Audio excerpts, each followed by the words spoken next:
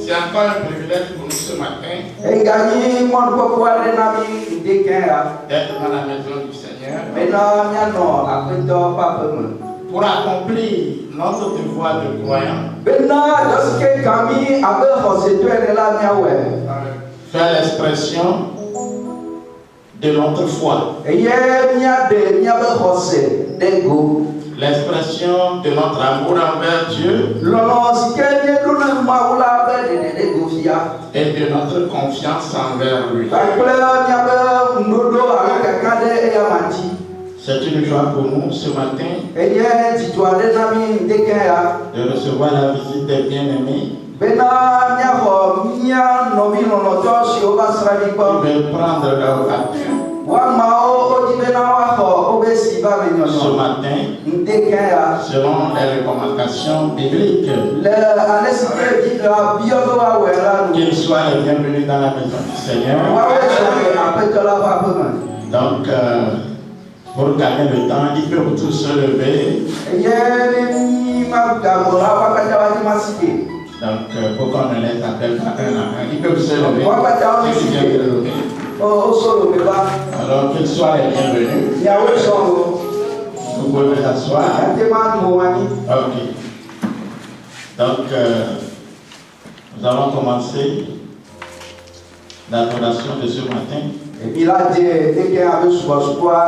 allons commencer par les louanges,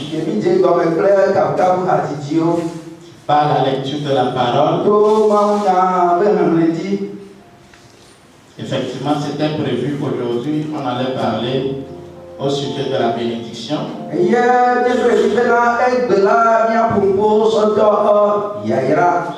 Pour finir notre conclusion définitive,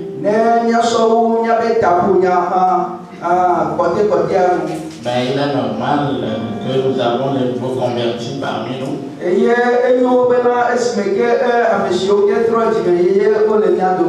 Nous sommes tenus de pouvoir donner une prédication qui puisse cadrer avec leur foi.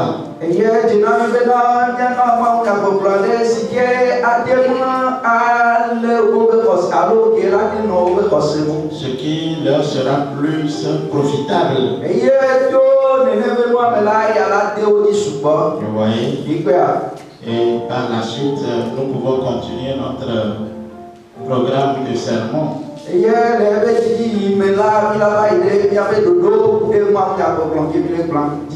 Donc c'est pourquoi il fallait nettoyer l'ancien titre.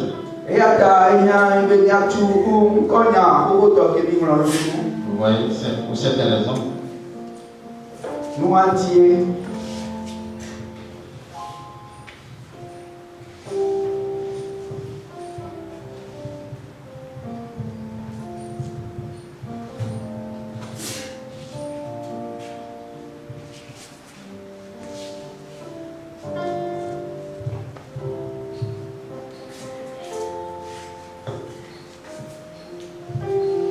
Nous allons nous tenir debout.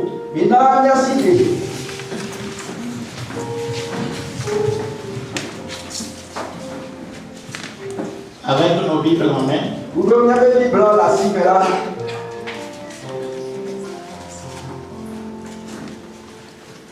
Prenons Matthieu.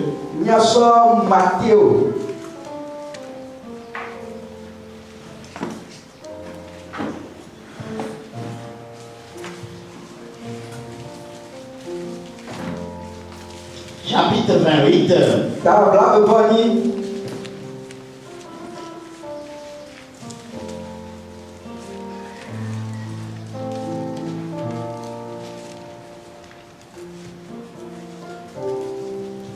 Nous pouvons lire à partir du verset 18.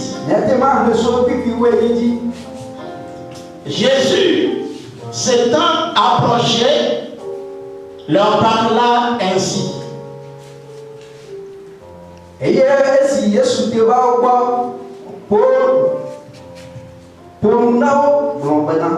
Tout pouvoir m'a été donné dans le ciel et sur la terre.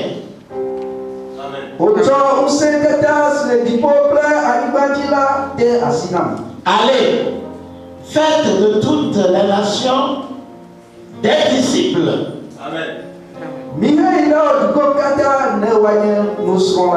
Les baptisant au nom du Père, du Fils et du Saint-Esprit.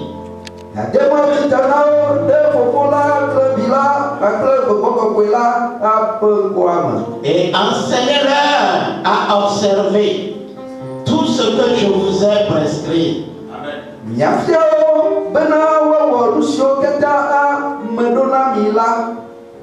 Et voici, je suis avec vous tous les jours jusqu'à la fin du monde.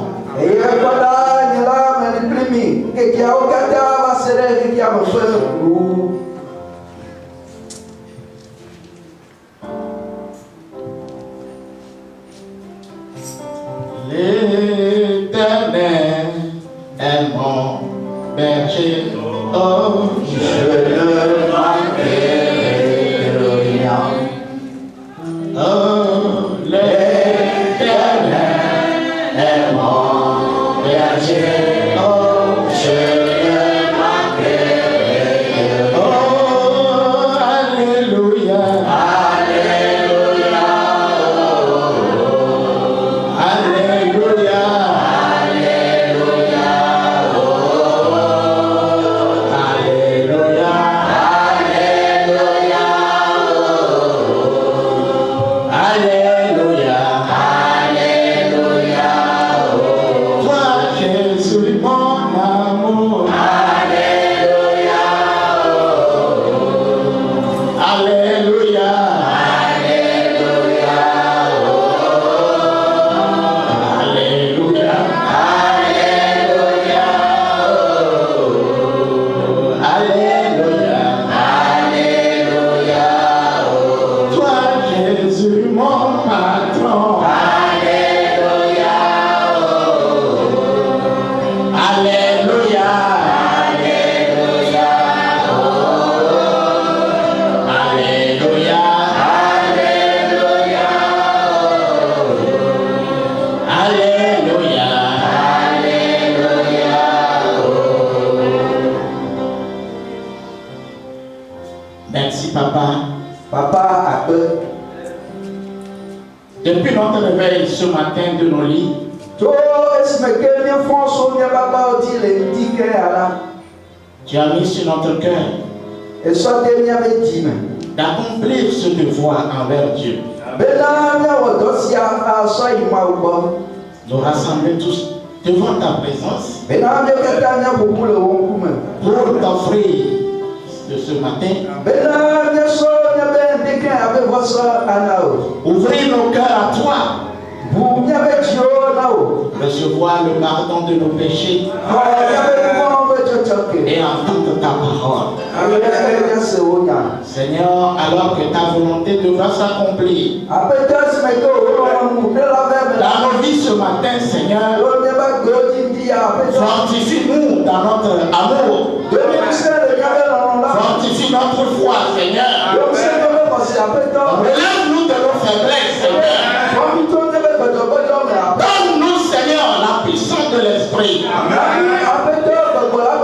Car nous sommes confrontés, Seigneur, à de différentes batailles dans le monde des esprits, Seigneur.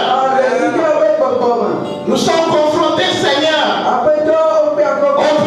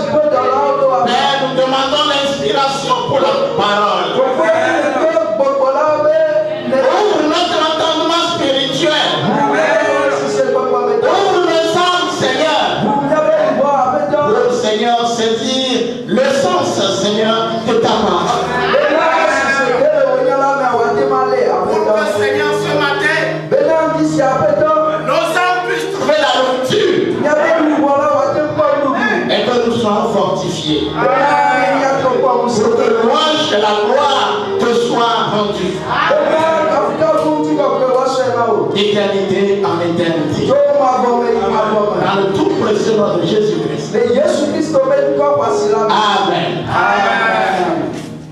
Nous pouvons nous asseoir. Yàtẹ̀ máa bọ̀ bọ̀ nù àyè. Encore une fois, soyez bénis. Zèlika kẹ́ ẹ̀ wọ yẹra mi. Nous allons parler d'un sujet simple, Yìrá gbogbo tọ́ ẹ̀yà kulẹ̀ àrẹ kò. mais très important Gàkẹ́ lè fẹ́ fẹ́ tọ́. pour celui qui commence sa marche Maintenant, Messie Dieu va son isoso. avec le Seigneur. Parle avec toi. Nous connaissons que selon l'histoire biblique, Yéni abena le Bible avec nous tinamula. le premier à être appelé Ame tutu ba tosi oyola. du monde des ténèbres, So bibiti be kiamela. de l'animisme, En so wo du sport du paganisme, So trop sport. pour servir le Seigneur, Maintenant, wa so avec toi. c'était Abraham. Aya nye Abraham. Il fut appelé dans un rêve. Oyu drame. Il était dans le rêve Eye no drame. quand il a entendu la voix Esimeke o segbia. de Dieu Ma wegbe. qui lui a dit: E blone bena. Abraham, Abraham. lève-toi, Sike. quitte ta patrie, Jole wo dume. quitte ta famille, Jole wo kometo de va yi. à un endroit Il est kebele. inconnu Kemenyo. que je te montrerai. Afisike ma soption. C'était un rêve, Drame un o. rêve très marquant, Eye drame sike un wo. rêve qui a touché Abraham, le cœur d'Abraham. Drame e wo dola. Abraham ne pouvait pas se ressaisir. E Abraham adim. Abraham ne pouvait pas résister, Abraham adim titre de telle sorte que Ale bebena. il n'a jamais vu Dieu, E ya me kwa ma il wa. n'a jamais entendu la voix de Dieu, Ese ma wegbe gba. mais il était confiant, Gake kaka. rassuré E no kaka. que Dieu vient de lui parler. Bena ma uye ba purunae. Il n'avait pas de doute. Eye me kebi so na. Rien ne le disait que Oh, blone. ce que tu as entendu là, Sike de se wa. c'est un non-sens. Oh, C'est quelque chose qui n'est pas fondé. E ya me no come banyo. Abraham avait la certitude qu'il venait d'entendre la voix de Dieu. Eye kaka me di la Abraham si bena ma wegbe ese. Et quand Abraham s'est levé, Ese me ke Abraham si te il a la. parlé donc à son épouse E blana soyanu. et il a dit: E globera. Dieu m'a parlé, Ma purunkona. j'ai reçu un appel, Me ko yo yo nous allons quitter notre patrie, Il a tout le bien avec toi. notre famille, Il y avait pour moi. nos traditions, Il y avait trop. nos croyances, Il y avait du consommé. et nous allons faire une marche. Et il y avait la son à son yale. Une marche À son yale. qui ne sera pas faite seule. Et il y a mené de La la marche là, À son yale. nous allons la faire Il a ouais. en compagnie de Dieu. Moi, la gloire, il est. Dieu va faire cette marche avec nous. Moi, la son à son yale. Alors donc, Abraham allait commencer Et que moi, Abraham a dit comme une intimité, un homme, vous voyez, avec Dieu. Et c'est ça qui devait faire que Abraham allait devenir l'ami de Dieu et le compagnon de Dieu avec qui il devait faire route. Et ils ont ramassé tous leurs colis et ils ont pris la route avec leurs servantes, avec leurs serviteurs, et ils ont pris le large et ils ont commencé leur aventure. Ça on appelle aventure. Quitter quelque part. Tu sais là où tu as quitté, mais tu ne sais pas là où tu vas. Donc Abraham, avec la confiance qu'il avait en Dieu, devait faire une aventure non planifiée, une aventure non programmée, une aventure non voulue, une aventure non décidée. C'est la première fois que Abraham allait abandonner sa volonté pour s'accrocher à la volonté de Dieu. Et je crois que l'appel d'Abraham est resté depuis ce jour un modèle pour les appels des croyants. Et il fut appelé le père de la foi, le père de tous ceux qui viendront par la suite à Dieu. Au travers la foi, alors Abraham fut appelé le père de tous ces gens-là et le père de la foi. Et c'est une histoire qui mérite d'être racontée et d'être lue à toute personne qui commence sa marche spirituelle. Alors, toute personne appelée.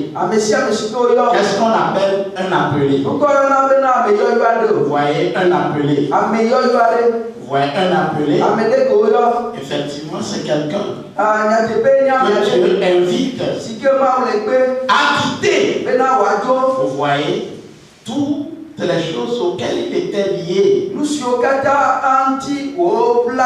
À quitter toutes les choses auxquelles il était attaché. Vous voyez, à quitter toutes ces choses. Et donc, à suivre Dieu.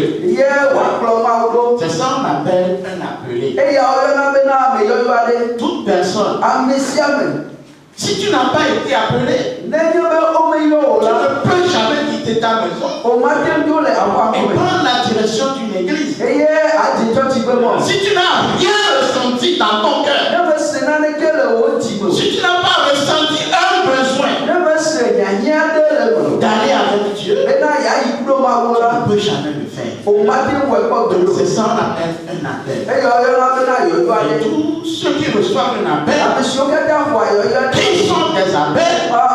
qui sont des appelés, alors ils devront faire route pour une intimité avec Dieu. Et pour cela, c'est une marche. La foi, c'est une marche. L'adoration, c'est une marche. Elle commence à quelque part. Elle termine à quelque part. Donc le premier appelé, à la personne d'Abraham, c'est une marche qu'il a faite. Il marchait. L'adoration, l'appel, la conversion, c'est une marche. La marche avec Dieu. C'est ça qui fait que celui qui marche avec Dieu est appelé compagnon de Dieu. Et le titre de notre prédication, c'est notre désir d'être un théophile et compagnon de Dieu. Qu'est-ce qu'on appelle théophile? Vous voyez, nous entendons ce nom-là. Et ce nom-là commence Actes des Apôtres. Prenez Actes des Apôtres. Vous allez voir ce nom là-bas. Théophile. C'est ça qui commence Actes des Apôtres. Théophile.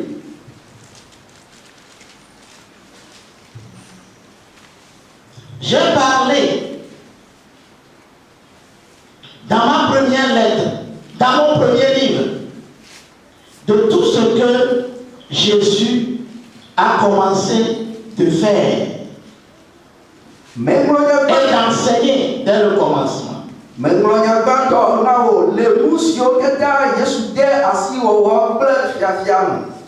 Vous voyez, Théophile, c'est un nom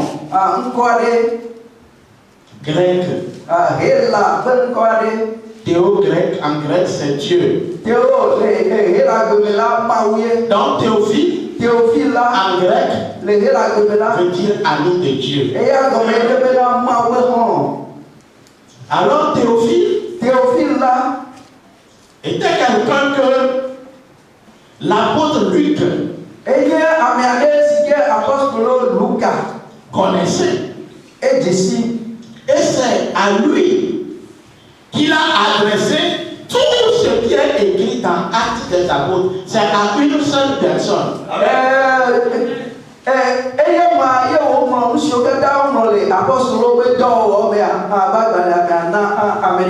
Il avait précédemment écrit une autre lettre, un autre livre, où il a raconté ce que Jésus a fait et enseigné. Maintenant, vous allez voir dans ce livre que il va lui parler de comment est-ce que Jésus est monté au ciel. Il a commencé ça par la façon dont Jésus est monté au ciel. Ensuite, comment Jésus a envoyé le Saint-Esprit à ceux à qui il avait enseigné. Et comment est-ce que l'Église est née, l'adoration spirituelle, et tout ce que l'Église faisait de lieu en lieu, de jour en jour, de semaine en semaine, de mois en mois, et d'année en année. Donc, il avait raconté cela à Théophile. Donc, Théophile, comme la Bible dit, que Abraham devint ami de Dieu. Vous voyez, les adorateurs sont considérés des amis de Dieu. Et la Bible dit qu'on était ennemis de Dieu. Par notre incrédulité, par nos péchés, par nos croyances diverses, nous étions ennemis de Dieu. Mais quand nous recevons notre appel, c'est pour que nous changeons de camp. Et pour que nous devenions amis de Dieu. Et c'est ça qu'on appelle Théophile. Alors tous les croyants, les vrais croyants, sont des Théophiles, des amis et des compagnons de Dieu. Donc quand nous recevons notre appel, nous exprimons le désir d'être amis et compagnons de Dieu. C'est pourquoi nous faisons route avec Dieu. Mais la marche avec Dieu, vous devez le savoir, nécessite les règles de conduite. Et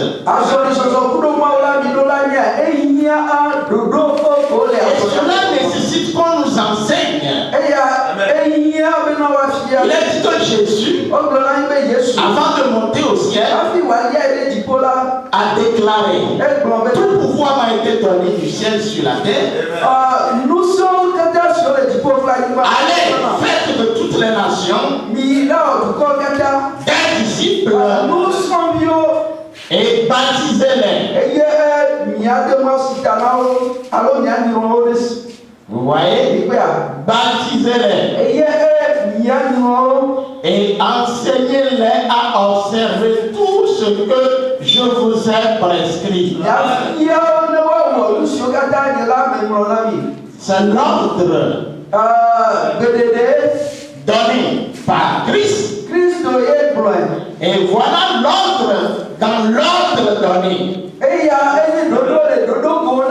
Vous voyez, l'ordre qui est dans cet ordre, c'est de faire des gens des disciples, de les baptiser ensuite, de les enseigner tout ce que lui, il les a prescrit.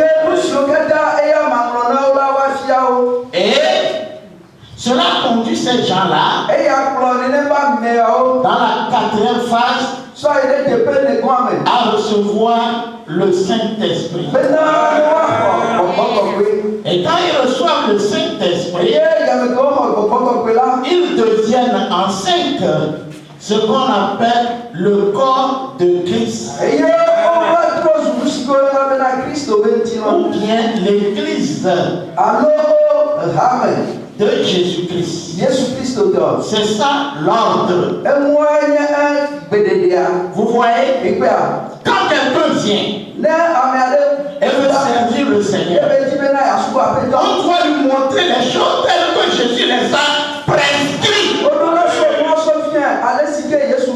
De manière à ce que la personne soit confiante,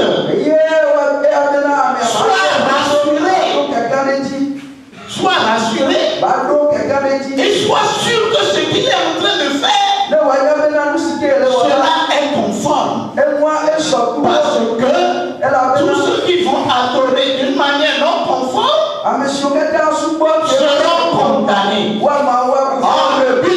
l'adoration, c'est pour avoir la vie éternelle.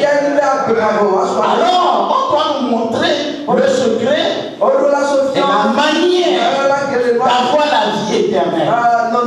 Et la manière d'avoir la vie éternelle, c'est de suivre ce que Jésus a prescrit. De manière à ce que notre formation soit identique à la formation que les apôtres ont reçue. Soit identique à la formation que les premiers chrétiens ont reçue. Et cela fait de nous un chrétien comme eux, un véritable chrétien. Vous voyez, avec la certitude. Alors c'est quand nous recevons le Saint-Esprit, la vie du Saint-Esprit, c'est ça qu'on appelle la vie de Dieu,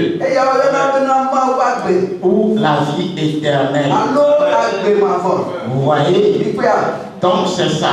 Donc quelqu'un qui vient, vous voyez, c'est ce qu'on doit lui faire.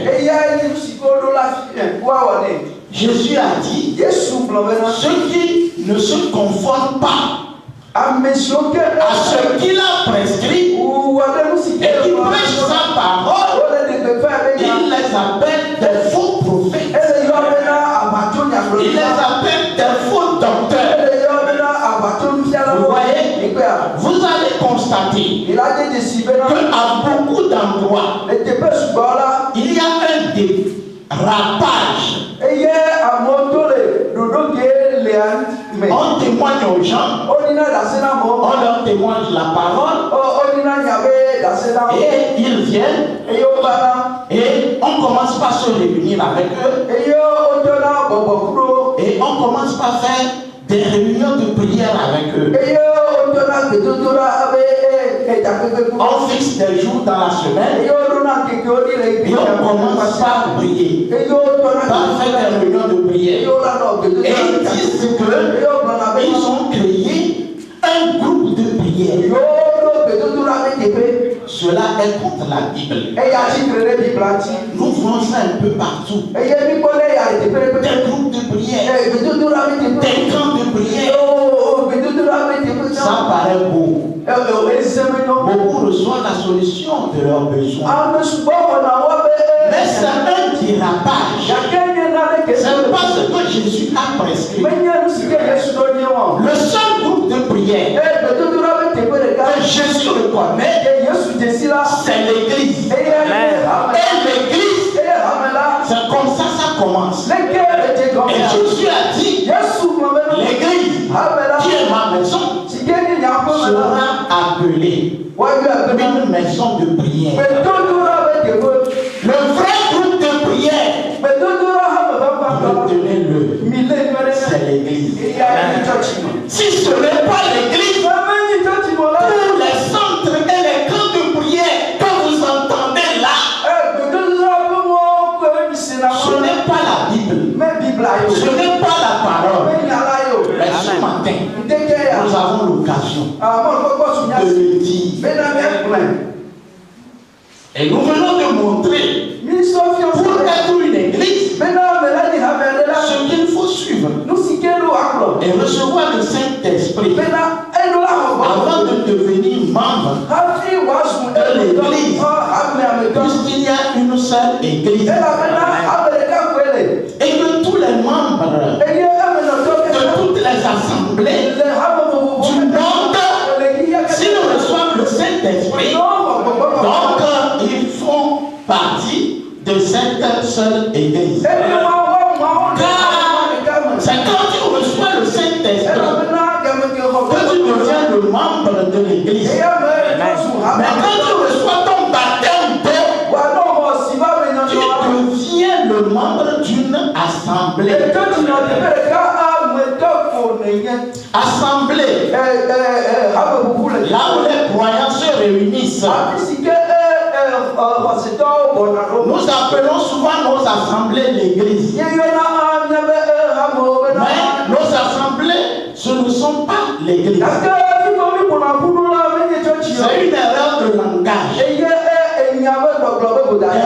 qui est bien enseigné, celui-là n'appellera pas l'assemblée d'église. Parce qu'il n'y a pas plus d'une seule église. Il n'y a plus d'une seule église. Et pour faire partie de cette église, il faut d'abord avoir le Saint-Esprit.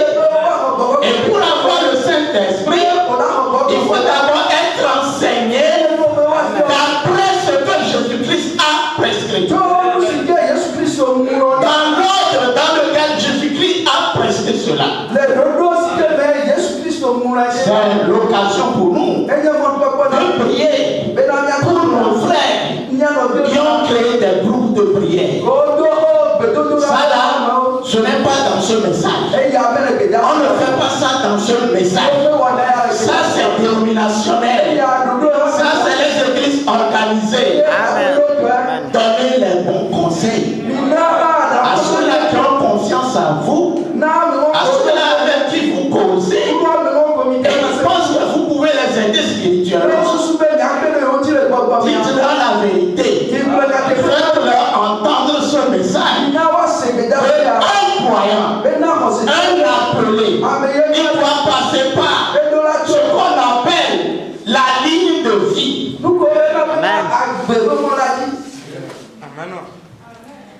La ligne de vie. Vous voyez, il doit passer par la ligne de vie. Et la ligne de vie, c'est ça.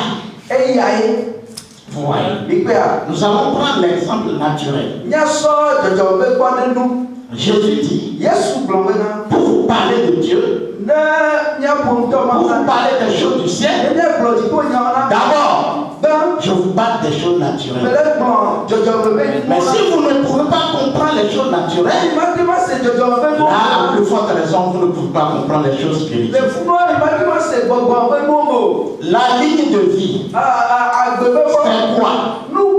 Après la rencontre de l'homme et la femme, quand il y a grossesse, d'abord, nous appelons quelque chose, un liquide, qu'on appelle le sperme. Et c'est l'homme qui possède le liquide là. Et dans le liquide là, il y a ce qu'on appelle le spermatozoïde. Et le spermatozoïde là se baigne dans ce liquide qu'on appelle sperme. Maintenant, que ce soit le sperme, que ce soit le spermatozoïde, c'est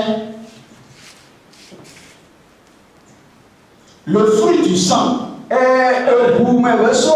Vous voyez, c'est le sang qui donne le sperme et le spermatozoïde. Bon, il y a certains mots, nous ne pouvons pas bien expliquer ça en éveil. Vous voyez, nous ne pouvons pas expliquer ça. Parce qu'il faut être spécialiste. Bon, prenons une goutte de sang. Vous comprenez, une goutte de sang. Une goutte de sang, on appelle ça encore cellule de sang. Qu'est-ce qu'on appelle cellule? Cellule-là, c'est des éléments qui vont à leur tour former le corps. Vous voyez, le sang, vous voyez, c'est ça qui donne le sperme et les spermatozoïdes. Mais quand le spermatozoïde rentre dans le corps de la femme, ça se transforme en corps et ça devient du sang. C'est pourquoi quand une grossesse coule, vous allez voir que c'est le sang qui sort de la femme. Vous voyez le mystère de Dieu. Le sang devient spermatozoïde. Mais quand le spermatozoïde rentre dans la femme qui est tombée enceinte, le spermatozoïde redevient du sang. C'est ça qu'on appelle cellule. Cellule parce que ça va former le corps plus tard. Maintenant, ce que vous allez voir, la cellule de sang, et ça commence par tracer une ligne. Ça trace une ligne. Ça devient une ligne. C'est ça qu'on appelle la ligne de vie. Vous voyez. Maintenant, la ligne de vie là va former la colonne vertébrale, l'os central. Vous voyez. Et à partir de ça, la tête va se former. Les bras vont commencer. La seule cellule sanguine là, le seul élément là, va commencer par prendre des formes. Les bras vont se former. Les pieds vont se former. Vous voyez, les autres. Le ventre va se former. Et dans le ventre, le foie va se former. Le cœur va se former. Les poumons. La seule cellule sanguine. Vous voyez, naturellement, c'est comme ça se passe. Nous appelons cela, Jésus a appelé cela la première naissance. Vous voyez, la première naissance.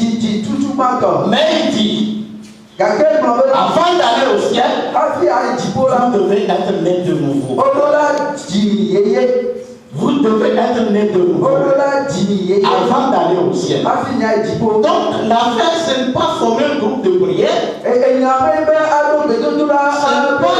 qu'il faut prier pour avoir des résultats.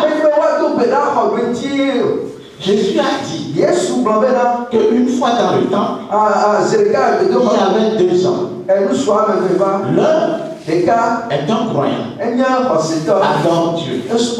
Il tapait la poitrine. Il dit, Seigneur, moi je ne suis pas mauvais comme ce païen qui est debout à côté. Moi je te sers. Moi je viens au temple. Moi je t'adore. Moi je jeûne. Moi je fais les sacrifices. Je ne suis pas mauvais comme lui. Et on nous dit que Jésus dit que le second, lui est païen. Lui n'adore pas Dieu. Il a dit à Dieu, Seigneur, je suis coupable. Je suis un bon arrière. Je suis un faux. Un véritable fautif. Pardonne-moi. Et Jésus dit, celui-là qui ne va pas à l'église, Dieu a exaucé sa prière. Et n'a pas exaucé la prière de celui qui va à l'église. Un groupe de prière, Dieu n'a pas besoin que tu sois croyant avant d'exaucer tes prières. Dieu n'en a pas besoin. Le fait que tu as une confiance en lui pour l'adresser tes prières, ça suffit à Dieu. Il reconnaît que c'est lui qui t'a créé. Et c'est sur cette base Dieu lui t'exauce. Donc quand nos prières sont exaucées, ce n'est pas encore un signe que Dieu nous aime, que Dieu nous fait, que nous sommes de Dieu, que nous allons au ciel. Non, ce n'est pas un signe.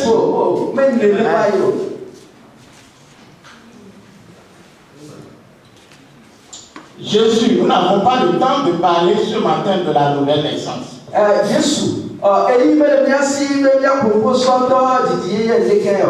Mais nous voulons seulement expliquer que la nouvelle naissance, cela commence par le sang de Dieu. Et le sang de Dieu commence par la vie de Dieu. Et la vie de Dieu, c'est ça que nous appelons le Saint-Esprit. Vous voyez, pour que la ligne de vie entre en toi, il faut d'abord recevoir le sang de Dieu. C'est le Saint-Esprit qu'on appelle le sang de Dieu. Le Saint-Esprit, qu'on appelle la vie de Dieu, le sang, c'est le symbole de la vie.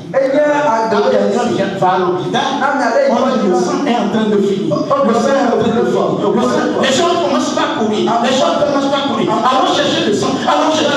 Parce que si le sang là descend jusqu'à une quantité faible, la personne meurt. La vie naturelle que nous avons, c'est le sang là que nous avons en nous.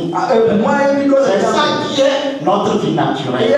Pour avoir la vie de Dieu ou la vie spirituelle, il faut avoir aussi le sang de Dieu. Mais le sang de Dieu n'a pas la même forme que le sang naturel. Le sang de Dieu, oui, c'est ça le Saint-Esprit. Et là, quand tu reçois le Saint-Esprit, le Saint-Esprit devient la ligne de vie. Et à partir de la ligne de vie, il y a une transformation spirituelle. De manière à ce que toi, qui agissais de façon charnelle, tu vas commencer par vivre d'une manière spirituelle. Pour dire que spirituellement, tu as été formé. Comme tu avais été formé naturellement, avec le Saint-Esprit, tu es formé spirituellement à travers la ligne de vie. Vous voyez, nous avons coupé ça comme ça. Vous voyez, sinon, nous n'allons pas prendre le baptême ce matin. Mais gardons en tête que quand on reçoit le Saint-Esprit, c'est ça la Bible appelle être né de nouveau. Être né de nouveau. La Bible appelle ça encore être né de la parole. Les enseignements que Jésus a prescrits,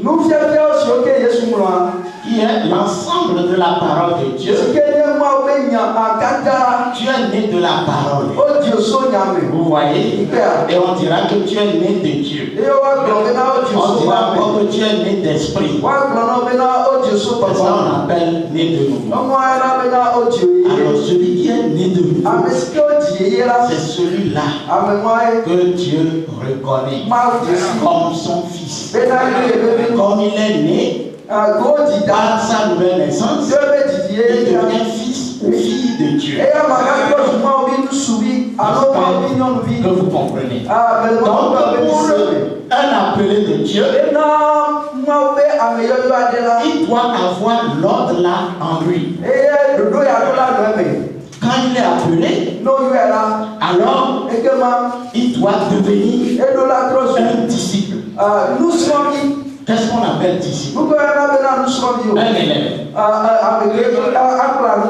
apprenti. Vous voyez, c'est ça qu'on appelle un disciple. Tu es appelé pour être disciple. C'est-à-dire pour être formé.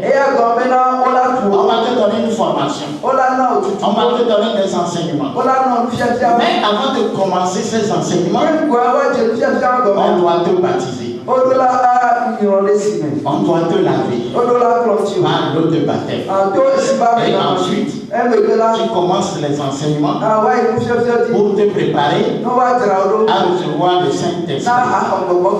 J'espère que c'est simple. Et en recevant le Saint-Esprit, tu es donc l'église de Dieu.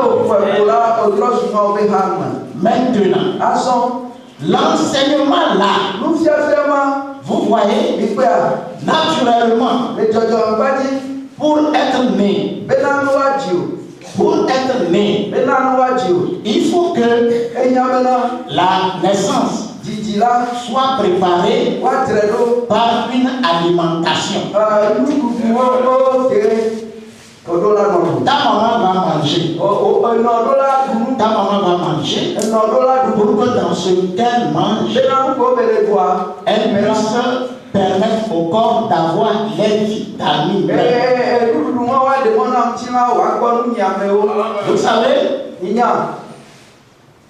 ce que nous mangeons là, la pâte, le riz, le haricot, c'est pas ça on appelle la nourriture. Vous voyez, cela renferme la nourriture.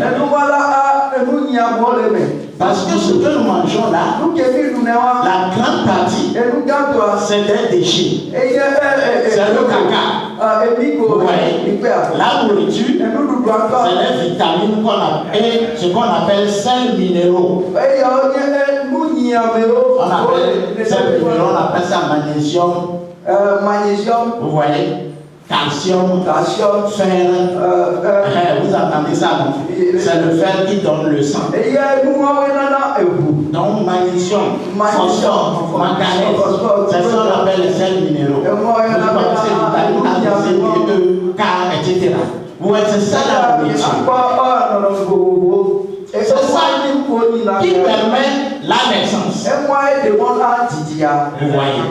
Maintenant, pour être né de nouveau, tu dois aussi être alimenté. Tu dois manger de la nourriture. Vous voyez, la Bible appelle cela la nourriture solide.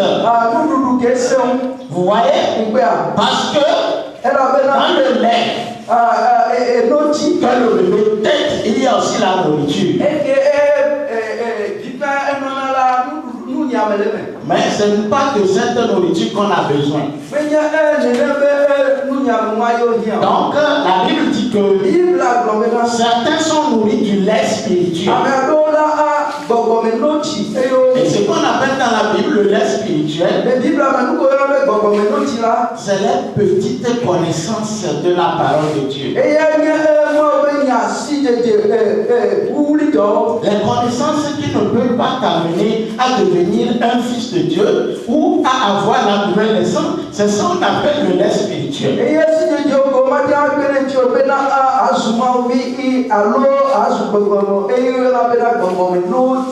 Vous voyez? Mais la Bible dit, pour être né de nouveau, vous devez manger la nourriture solide.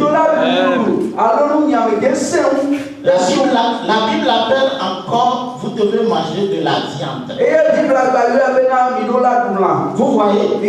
Vous devez manger de la viande. Et la Bible dit, vous allez manger la viande et vous allez boire du sang. Vous voyez? Vous savez qu'il y a certains animaux qui mangent la viande et qui boivent le sang qui est dans le corps. Donc la Bible dit que pour être conduit à la nouvelle naissance, vous devez aussi manger la viande et du sang. Maintenant nous allons lire le verset. Suivons bien. Vous voyez, on dit que Dieu est esprit. Vous voyez, Dieu est spirituel. Donc, les enseignements de Dieu sont des enseignements spirituels. Maintenant,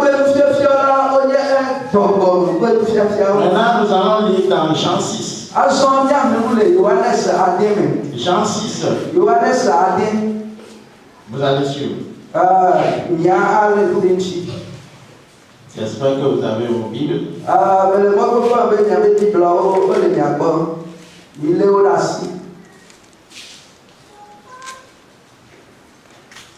Jean 6. Allons jusqu'au verset 56.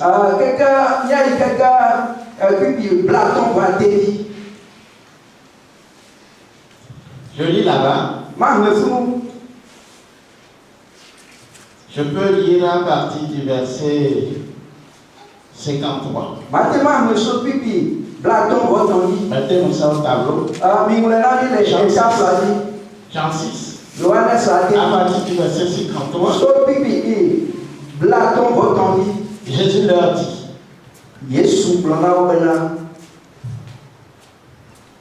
En vérité, je vous le dis, si vous ne mangez la chair du Fils de l'homme et si vous ne buvez son sang, vous n'avez point la vie en vous-même.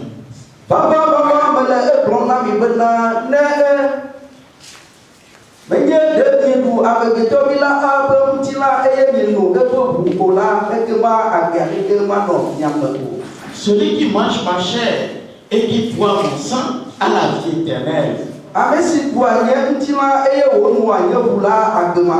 Et je le ressusciterai au dernier jour. Car ma chair, c'est vraiment une nourriture.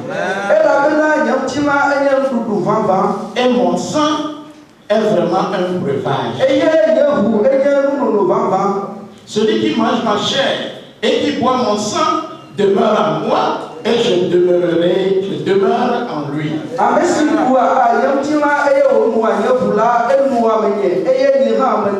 Comme le Père qui est vivant m'a envoyé et que je vis par le Père, ainsi celui qui me mange vivra par moi.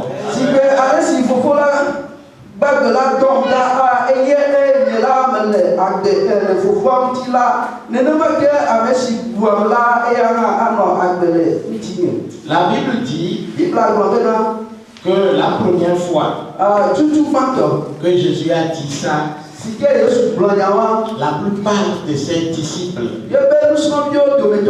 qui le suivaient ont dit: manger la chair humaine, boire le sang humain, ça, si c'est ce qu'il faut faire pour avoir la vie éternelle, nous n'en pouvons pas. Et ils ont quitté Jésus. La Bible dit dès ce jour, ils ont quitté Jésus. Parce que Jésus les a dit la vérité. Celui qui ne mange pas ma chair, qui ne boit pas mon sang, celui-là n'a pas la vie. Vous voyez que la vie éternelle est liée au sang de Dieu. Et le sang est lié à l'alimentation. Vous voyez que les éléments nutritifs, vous voyez ce que nous appelons les vitamines, les sels minéraux, c'est ça même, c'est ça qui nourrit, vous voyez, notre corps. Et souvent on va à l'hôpital quand on est malade, on fait des analyses, on voit que tu manques telle vitamine, telle vitamine, telle vitamine, et on va te prescrire des médicaments pour que tu puisses boire toutes ces vitamines pour que ta santé se normalise.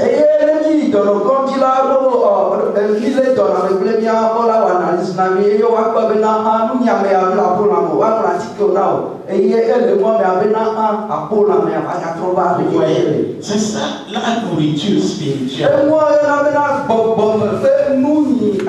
voyez, mais ces paroles sont difficiles. Vous voyez, ces paroles ne sont pas faciles. Ces paroles ne doivent pas être considérées naturellement. C'est pas le sang naturel dont on parle.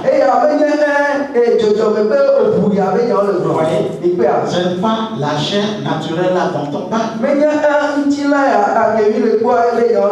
Vous voyez, la Bible nous dit par exemple que nous devons manger la communion. Et la communion, nous allons boire aussi le vin. Nous allons voir comment la Bible appelle le vin. Prenez Genèse 49. Verset 11. Genèse 49. Genèse 49, verset 11.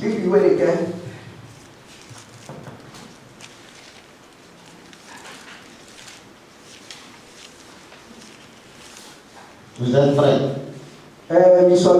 Il attache à la vigne son âne et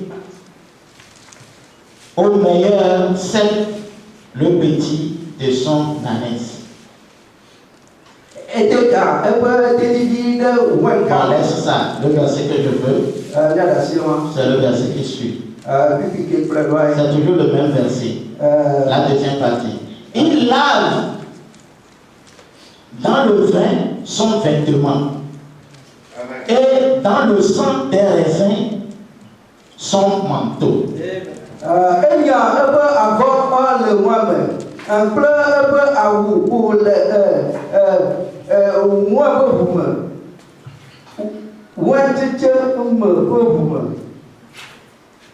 Vous voyez, la Bible dit,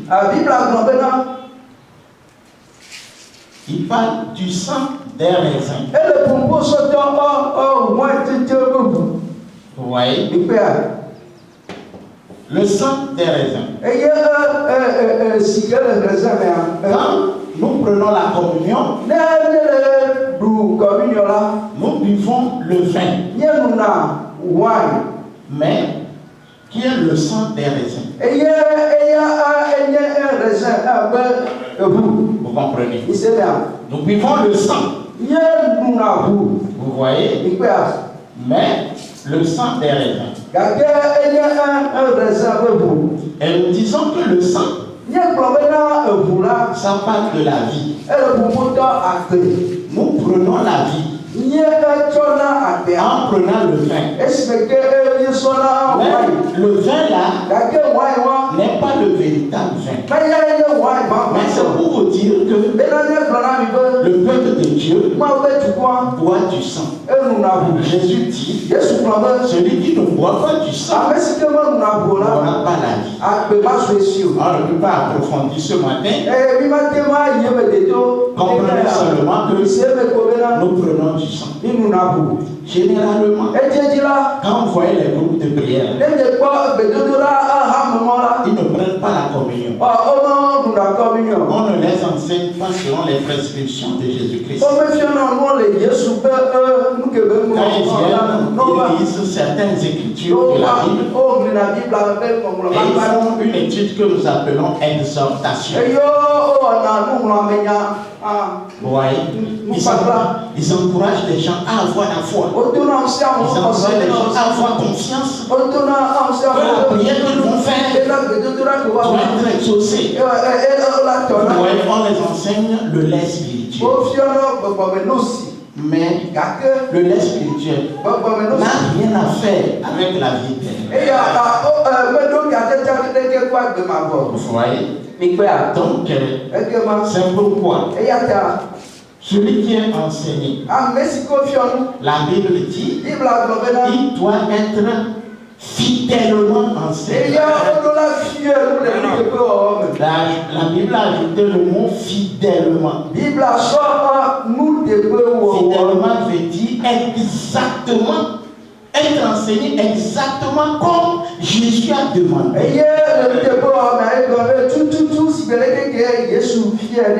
Vous voyez? Et nous mangeons le pain qui représente la nourriture spirituelle, la nourriture solide. Et Jésus dit, le pain là que nous mangeons dans la communion représente son corps. Vous voyez? Et le corps de Jésus, c'est la chair. Vous voyez? La chair. Vous voyez, il faut prendre la nourriture, la chair. Et donc le sang. Bon, nous allons vous donner 2 versets dans lesquels on parle encore du sang. Nous ne pouvons pas les développer ce matin. Donc, après le baptême, les études que nous allons faire par la suite, nous allons développer cela. Parce que Jésus dit, si tu ne manges pas la chair et que tu ne bois pas le sang, tu n'as pas la vie.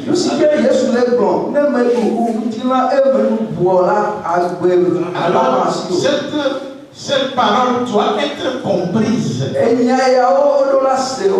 doit être expliquée. On doit montrer à la personne comment peut-on manger la chair et comment peut-on boire le sang. Une chose est sûre, les apôtres n'ont jamais mangé la chair physique de Jésus n'ont jamais bu le sang physique de Jésus. Mais vous savez que Jésus n'est pas seulement un être physique, il est aussi un être spirituel. Après son enlèvement au ciel, son ascension au ciel, il est devenu un être spirituel.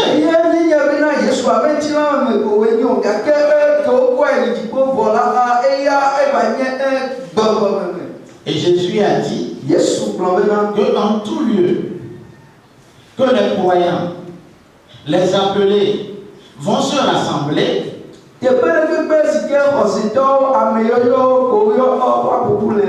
Alors, en ce moment, ils sont pour Dieu des aigles de Dieu. Vous voyez, la Bible dit que le Saint-Esprit est un oiseau, la colombe. Et Jean-Baptiste a dit qu'il a vu le Saint-Esprit sous forme de la colombe descendre sur la tête de Jésus. Et c'est la colombe là qu'il voyait et il savait que c'est le Saint-Esprit. Mais celui qui n'est pas spirituel ne pouvait pas voir la colombe au-dessus de la tête de Jésus et l'appeler le Saint-Esprit. Jean-Baptiste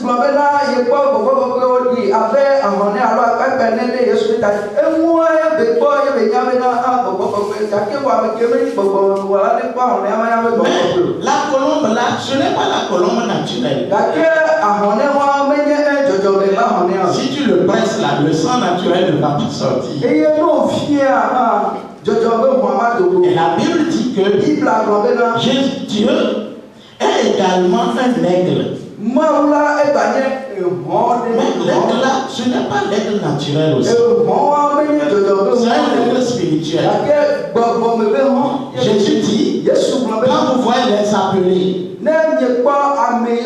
se réunir pour entendre la parole, alors c'est un rassemblement des aigles de Dieu. Nous allons lire ça dans Matthieu 24,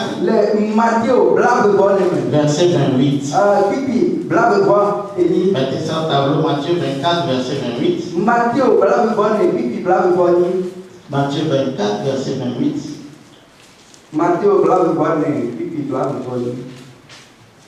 En quelque lieu soit le cadavre, là s'assembleront les aigles.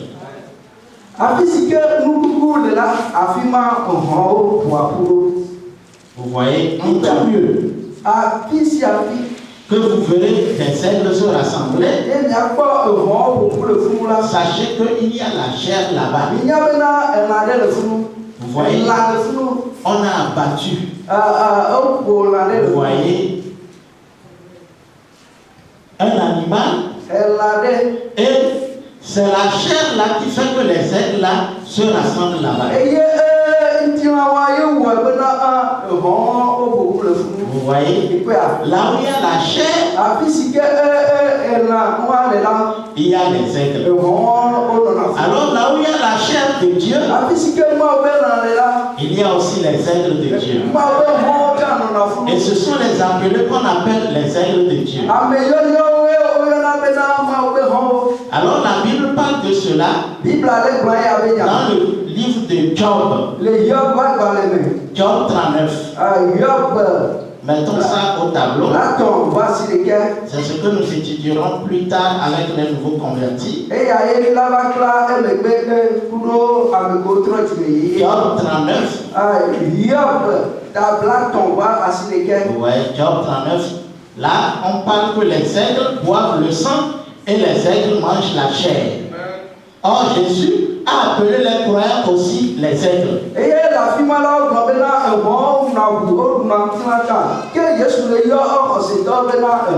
Donc, en tant que nouveau appelé, on a seulement besoin de savoir que pour être né de nouveau, alors on doit être nourri de la chair et du sang spirituel. Vous voyez? Donc Job 39,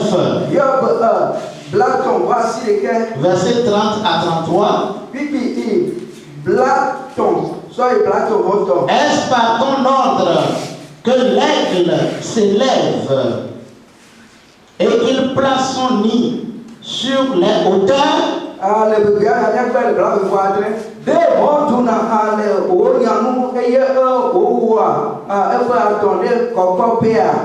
Verset 33.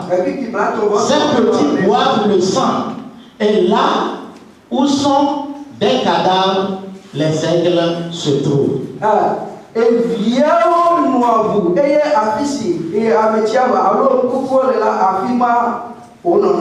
Vous voyez? Donc il s'agit des enseignements que l'appelé devra suivre pour prendre connaissance de ces choses. Savoir les critères dans lesquels on peut devenir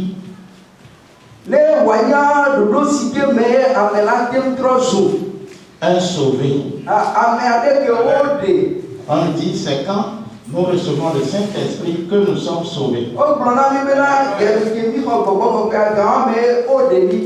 Quand nous devenons disciples, élèves ou quelqu'un qui commence par être enseigné de Dieu, en ce moment on nous prépare à notre nouvelle naissance.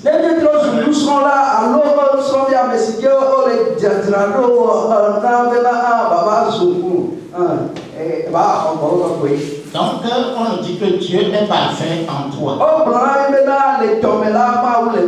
C'est ça qu'on appelle Père, Fils, Saint-Esprit. Vous voyez, Dieu pour visiter l'humanité était venu sous la forme d'un Père. Et c'est ça qu'on appelle Dieu au-dessus de nous. Et Dieu demeurait en ce moment sous la forme d'une lumière. Et se trouvait au-dessus du peuple qui marchait dans le désert. Après, Dieu a visité son peuple en Jésus. On l'a appelé Fils. Après, il est parti et il est revenu dans son église sous forme du Saint-Esprit. Sous forme de l'Esprit, on l'a appelé Saint-Esprit. Donc, on a dit que Dieu a visité son peuple de trois manières. De la manière de Père, de la manière de Fils, de la manière du Saint-Esprit. Et quand Dieu veut faire ces choses, il les fait passer par trois étapes. Quand Dieu t'appelle, vous voyez, il t'appelle pour que tu deviennes un disciple. On va te faire passer par l'étape de disciple.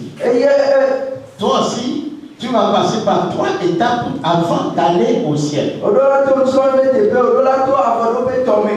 Dieu a passé par Père, Fils et Saint-Esprit avant de venir atteindre l'homme.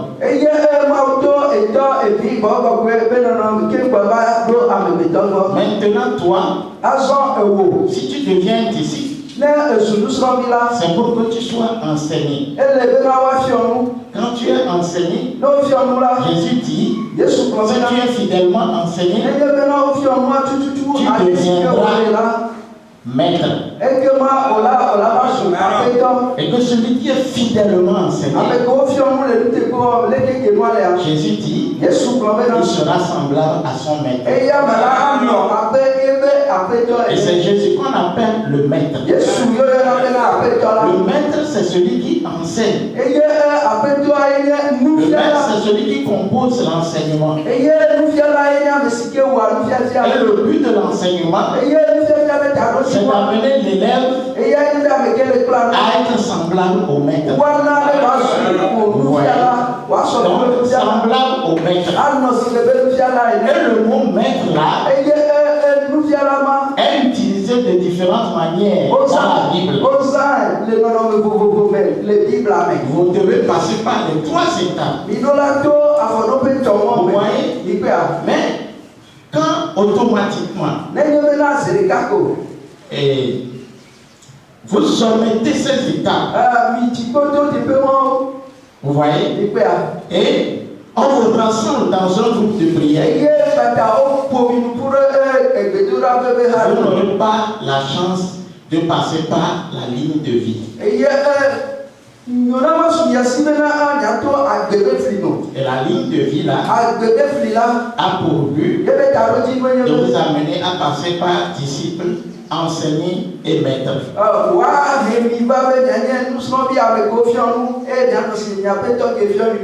Vous voyez. Maintenant, maître là,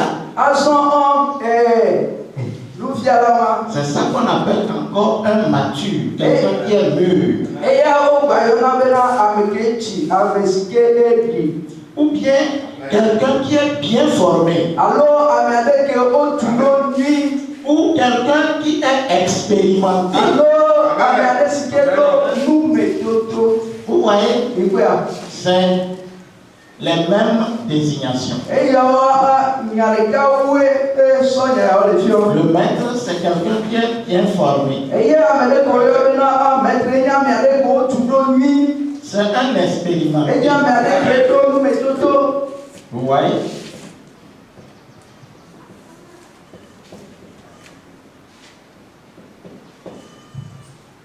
Vous voyez? C'est un mature. Ou bien quelqu'un qui est mûr. Ouais, tout ça là, ça désigne la même chose. Un maître ou un expérimenté. Qu'est-ce qu'il fait? Il est un expérimenté. Il a mis en pratique les prescriptions de Jésus. Et il a passé par des épreuves. Dans ses pratiques et épreuves. Pas seulement mettre en application ce qu'on t'a enseigné.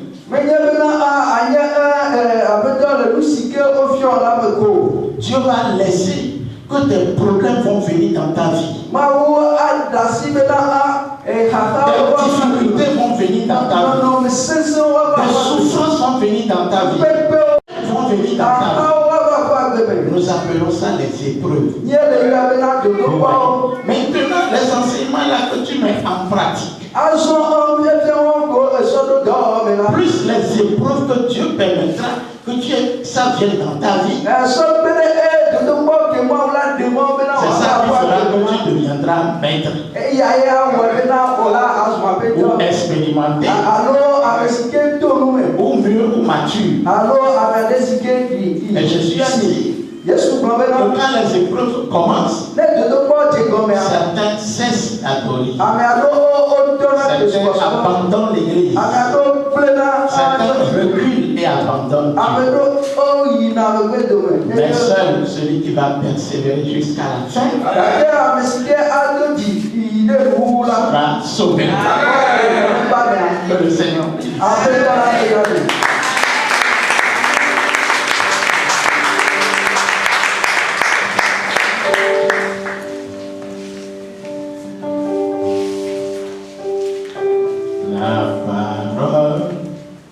La parole, elle a changé toute ma vie. La parole qui est venue pour me transformer. Elle a la parole du Fils de l'homme. La parole,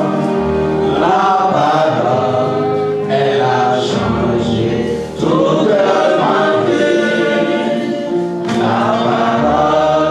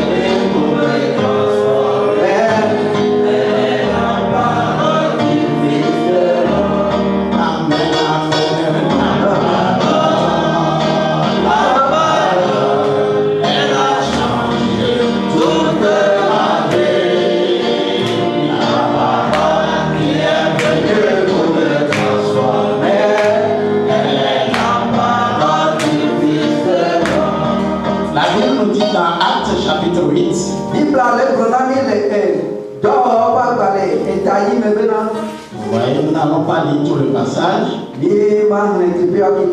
Acte 8, le verset 26 dit: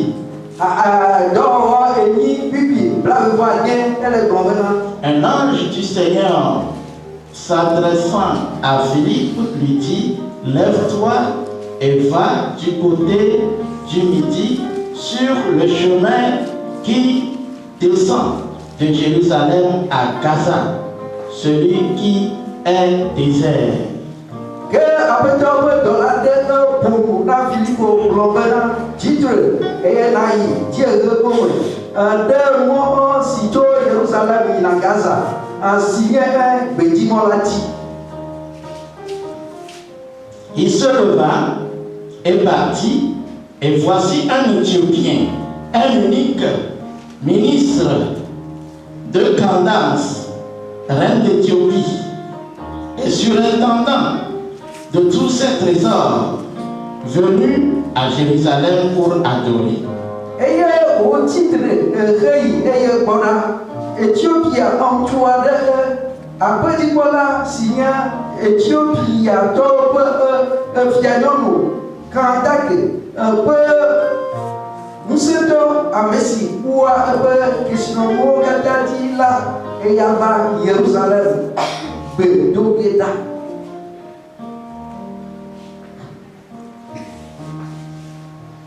Il se leva et partit. Oui, nous venons de lire ça, c'est le verset 27. Le verset 28 dit: s'en retournait, l'Éthiopien s'en retournait, assis sur son char, et lisait le prophète Ésaïe. Que est-ce Ogabubo, et Ogobono, Ebe, Tassia Damela, Elle, Yaplodila, Yesaya, Agbale, Leu.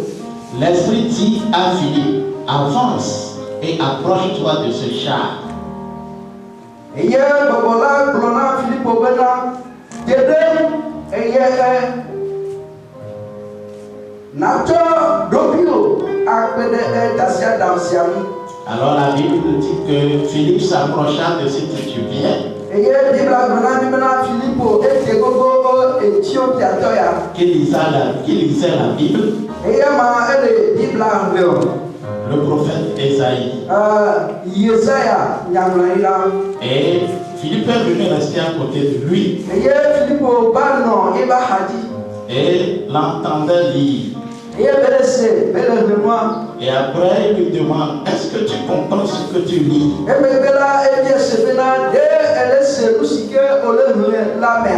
Et l'Éthiopien, là, cet Africain, lui dit: comment puis-je comprendre ces choses si on ne me les explique pas?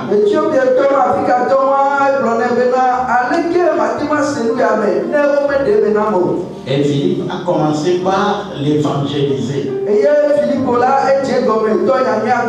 il lui a expliqué ce passage. Et il a profité pour lui lancer l'appel de Jésus. Et il lui a présenté ce que Jésus appelait la bonne nouvelle. Ouais, nous n'avons pas pu parler de la bonne nouvelle. C'est un terme très essentiel pour le nouveau appelé. Et pourquoi on appelle la bonne nouvelle? Vous voyez, la bonne nouvelle, parce qu'il s'agit du salut. On considère que celui-là qui ne marche pas avec Dieu est dans les ténèbres, possédé par les démons, sous la pression du diable. Et en aucun cas, le diable ne le laissera jamais libre. Tantôt c'est les problèmes, tantôt c'est les maladies, etc. Donc pour le libérer, alors on apporte la bonne nouvelle. Dieu même a qualifié cela une bonne nouvelle. On appelle en grec l'évangile. L'évangile veut dire en grec la bonne nouvelle. Alors ces paroles-là, c'est une bonne nouvelle. Pour l'âme qui s'apprêtera donc à recevoir la vie éternelle. Il n'y a aucune nouvelle qui pourrait être bonne et rendre heureuse l'âme plus que ce qui l'amènera au ciel.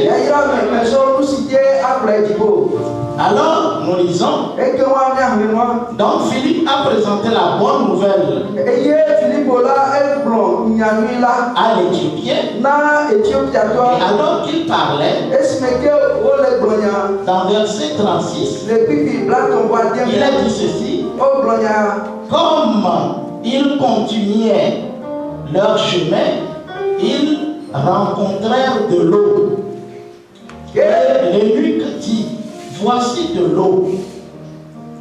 Qu'est-ce qui empêche que je sois baptisé?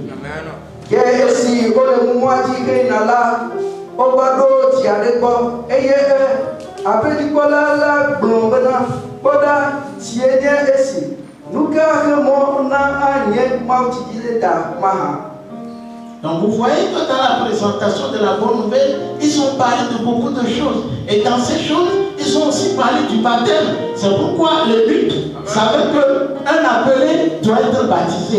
Et quand ils ont vu de passage une eau à côté, ce n'était pas une grande rivière, c'était un étang d'eau. Là, il dit: mais voici l'eau. Qu'est-ce qui empêche que je sois baptisé?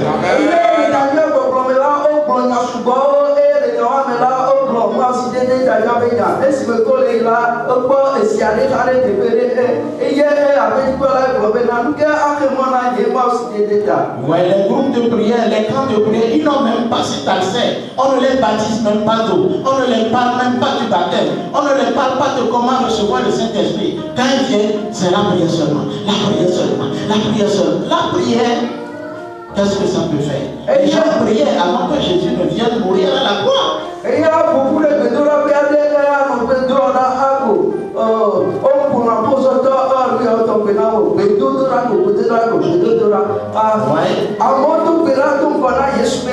Bien sûr, Jésus a dit: ma maison sera appelée une maison de prière.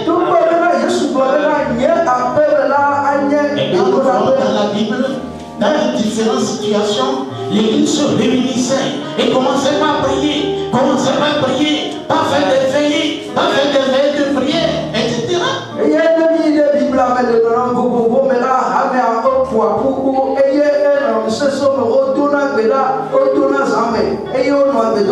Donc c'est l'Église qui pratique les prières. Le vrai groupe de prière, c'est une église. Vous voyez? Donc c'est ainsi que dès ce moment, les gens commençaient par construire des piscines, des petites barrières en remplissant cela d'eau, comme cela s'est passé ici dans la vie de l'eunuque qui a vu un étang d'eau. Il a dit: mais voici l'eau, ne vais-je pas être baptisé? Philippe ne lui a pas dit: non, allons d'abord aux rivières, à la rivière, ou allons là où il y a la mer. Il dit: non, avec l'eau là, tu peux recevoir ta baptême.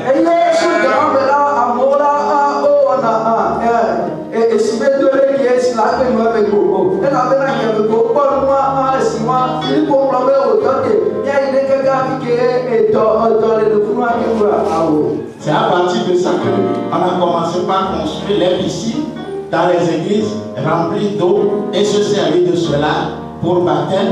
Et toutefois qu'il y a un appelé qui a le désir de recevoir le baptême, en même temps, côté, on le fait son baptême.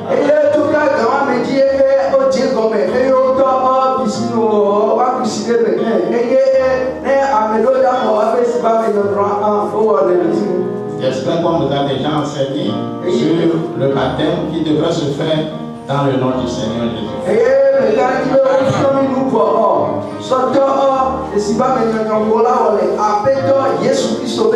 Et je crois qu'en croyant cela, c'est pourquoi vous avez choisi aujourd'hui pour venir prendre votre baptême.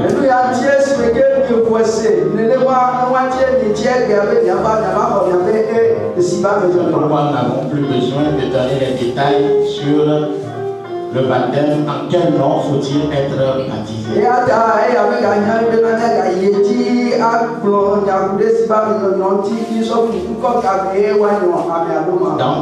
il a dit que nous devons confesser ce que nous croyons. C'est dans Romains 10 ou bien Romains 10.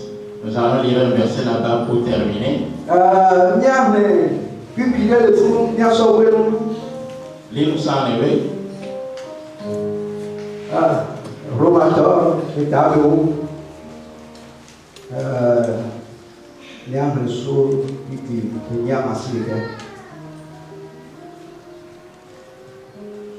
Que nous avons il y a la chocole de Bobby, et le mot, plein de Dieu, et si à n'y rosé, le si, peu de quoi à dernier de là, et la bena, n'a un bois, un me, plein ou nous, bena, Yesu, yeye abetola, et le connaissez là, le haut du bena, ma foi et ma détitre, toi à me couper de là, à quoi, et le verset 10. Romains 10. Romains 10. Verset 8. Verset 8. Nous le lisons. Il y a 3 mains. Que dit la parole donc? Nous gars et il y a le blanc. La parole est près de toi. Et il y a là, c'est ça la Bible. Et il y a une Bible là. La parole, elle est écrite. Et il y a là au moins. Elle est près de toi. Et il y a sonné quoi? Elle est dans ta bouche. Et il y a mal à bon quand tu prêches. Non, de pas là. Toi aussi en retour. Dans tes prières. Dans tes témoignages. Tu dois prononcer ces paroles. Donc cette parole, quand on te la prêche, elle doit être dans ton cœur, dans ta bouche, pour que toi aussi tu puisses les déclarer à d'autres personnes. La parole est près de toi. C'est ça la Bible, le livre. La parole est dans ta bouche. Elle est dans ton cœur. Or, c'est la parole de la foi que nous prêchons. Si tu confesses de ta bouche le Seigneur Jésus, et si tu crois dans ton cœur que Dieu l'a ressuscité des morts, tu seras sauvé. Vous voyez, quand tu crois, quand on te parle de Dieu, toi aussi en retour, tu dois témoigner de Dieu à tes enfants, à tes amis. On nous a dit ceci, on nous a dit ceci. La Bible a dit que, par exemple, quelqu'un t'envoie pour aller mentir. Tu vas lui réciter une parole de la Bible. Il dit, la Bible dit que tu ne mentiras pas. Ce que tu connais de la parole, tu dois la confesser. Tu dois le dire de ta bouche. Ne laissez pas ça comme ça. Comme une connaissance. Pour que cette connaissance-là ne soit pas utilisée dans votre quotidien. Vous devez prononcer cette parole.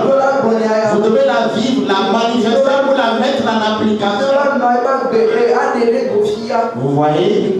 Et c'est cette parole qui parle donc du Seigneur Jésus. Et quiconque parle de cela, dans le témoignage du Seigneur Jésus, alors sera sauvé. J'espère que vous comprenez. Donc c'est ça. Faites cette confession dans votre vie. Quand vous voulez prier, Seigneur, tu as dit dans ta parole, Seigneur, tu as dit dans la Bible, oui, que celui qui demande, la Bible dit de croire que ce qu'il demande, il l'a déjà reçu.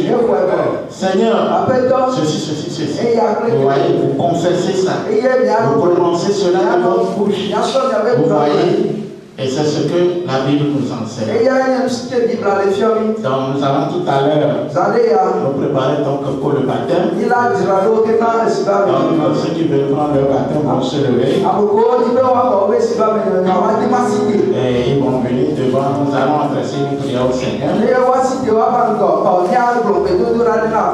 Et nous irons porter les vêtements pour le baptême.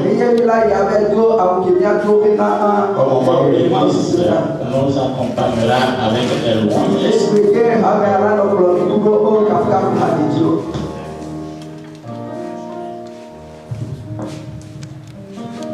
pays. Alors tout le dia. La première chose qu'il fait, Et nous tout le monde il lève ses deux bras. Et quand on a passé bien, Il dit je m'abandonne. ah quand même merci le film. Plus de violence. Oh, il m'a gardé quoi avant. Seigneur, je m'abandonne. Après toi merci le film. Je m'abandonne à toi. Merci le film là. La Bible dit dans vos chambres. Bible a globé les bien. Quand vous priez, levez vos deux bras. Quand vous chantez, balancez vos deux bras. Pour montrer que vous êtes entièrement abandonné. Nous allons fermer nos yeux. Vous allez répéter ces paroles. Chacun selon sa langue. Si c'est en français, vous prononcez en français. Si c'est en hébreu, vous attendez la personne d'éveil pour répéter ça après lui. Notre Père qui est aux cieux. Notre Père qui est aux cieux. Non, laisse ceux qui comprennent français répéter ça. Après, ceux qui vont dire ça en hébreu vont être aux cieux. Maintenant, les gens t'éveillent ou bien tout le monde comprend français.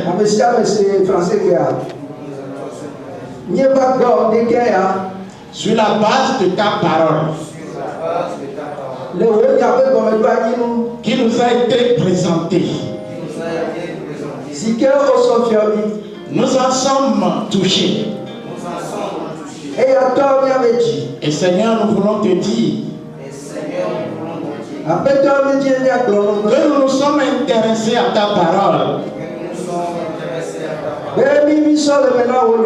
Nous voulons devenir ton ami, ton compagnon,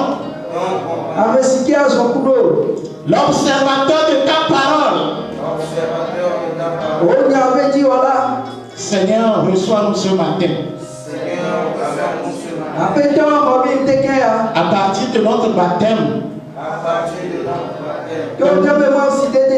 au nom de Jésus-Christ, nous savons que tu es parti à la croix pour t'offrir un sacrifice, pour qu'en croyant en toi, nos péchés disparaissent. Pour que nous marchions dans une nouveauté de vie. Seigneur, ce matin, accorde-nous la nouvelle naissance. Nourris-nous de ta chair et de ton sang, pour que nous ayons droit à la vie éternelle. Seigneur, accorde-le. Une fois tu as lavé les pieds de tes disciples, et Pierre a refusé que tu lui laves les pieds. Mais tu l'as dit. Si je ne te lave pas les pieds, tu n'auras pas d'héritage avec moi. Seigneur, nous voulons mettre en application toutes tes recommandations pour avoir droit à ton héritage. Au nom de Jésus-Christ. Amen. Amen. Ok, vous baissez. Ok, maintenant, vous allez suivre le frère là. Les garçons iront dans l'autre chambre, les femmes iront dans celle-ci, ils vont changer leurs vêtements.